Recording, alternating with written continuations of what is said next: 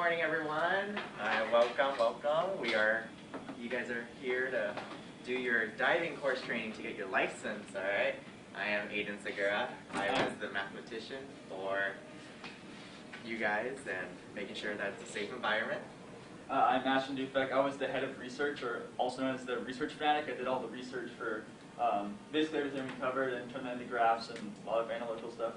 So I'm Matthew Solomon, tasked to analyze the results. As you can see, my role was to analyze mastermind. I got to make sure that all our results are logical and it's valid for our solution. So the problem we faced was we had a Boyle's law problem. We had to figure out how to solve these graphs using our own, or not graphs, sorry, charts ourselves using our own equation we had to come up with. So the equation we came up with was P equals K divided by V. Pressure means, or P equals pressure, K equals the constant of the 1.56, and V equals volume, which is also measured in liters. Pressure, my bad, is also measured in atmospheres. We also had to figure out how much how many liters of volume is 5.2 pressures equals out to be, and our constant is always going to be a 1.56 of liters. So before we get into the game, as you can tell what we're doing, we're going to learn about what Boyle's law is in itself. In 1662, it was created by Robert Boyle. The original Boyle's law equation is P1V1 equals P2E2, and the law itself actually states that volume and pressure are direct inverses, meaning so say that if volume is doubled, pressure is going to be halved, and vice versa.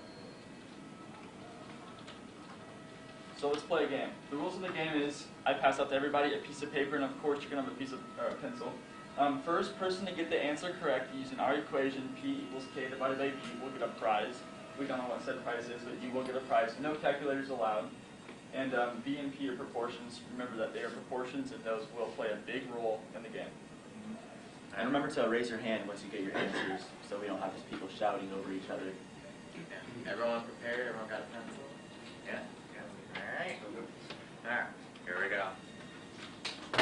Okay, so for the first round, we're going to be using, like I said, the equation P equals K divided by V. So, using your papers, try to solve it yourself. First person to solve with their hand in the air gets their answers correct, gets the prize.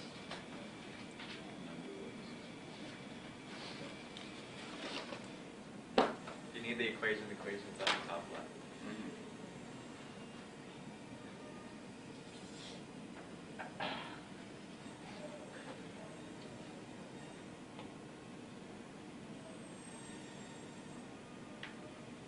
Yeah, mental math is a little hard. I have a question. Yeah. What's K? K, constant, P times V. It's 1.56. Okay, so K is the constant. Okay, thank you.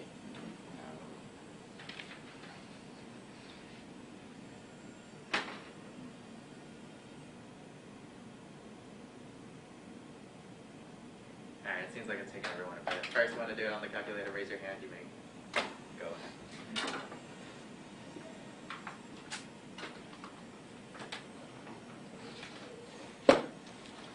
You got an answer, Stanley? This is what you get that? Oh. Anna? 6.2. That is? Yeah, that's the answer. Correct. There you go.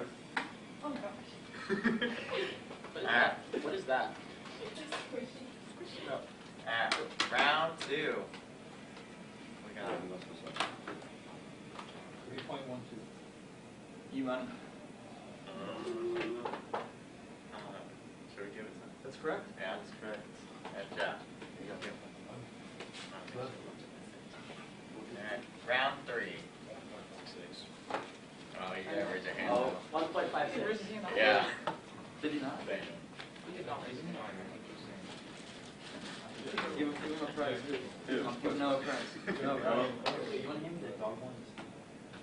Maybe. Dear, raise your hand. Alright, here we go. Round four.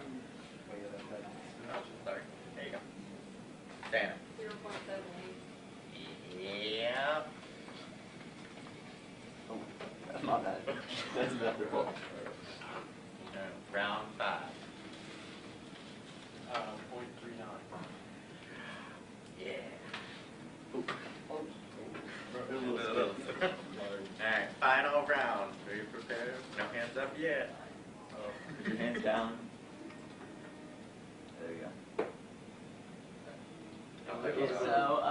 0.195, or rounded up to 0.2. Yeah, 0.195. Yeah, okay. Alright. So using this data that we have, that you guys have fully figured out, we have a graph showing the proportionality between pressure and volume. So as you can tell, if you don't know, it's a decaying exponential graph. So as the pressure increases, the volume decreases inconsistently, and vice versa. You know, as like, for instance, when you're diving down, you start feeling a little heavy, and maybe more pressure on you, and when you come back up, you can breathe a lot easier. Okay, so our example that we used was obviously, like Aiden previously mentioned, was diving. So as divers begin to descend, like they're going down to the water, their lungs tend to expand because pressure, as you're going down, the pressure's increasing, so the volume's decreasing. Oh, my bad. So your volumes would shrink. They would like start to, like decrease in size. So then as you're rising up, the contrary would happen. So your lungs would increase in size, and then the pressure would obviously decrease because you're going up. And the biggest problem with divers is if you increase too fast, there could be air bubbles that would form in your lungs. And these air bubbles, if they pop, could be very, very deadly to your lungs, making it almost impossible for humans to breathe. That's why diving is such a scary thing for most people to do. So wrapping things up, using our equation, we were able to come out with the chart fully figured out, fully answered correctly, as you guys got your prizes. But there's one more thing we forgot. We forgot to solve 5.2 and how much volume is going to come out from that. So plugging those things into your equation, 5.2 divided by 1.56 is going to give you a 0.32 answer of volume from an atmosphere of 5.2. Anyone have any last minute questions before we go on to our next step of training?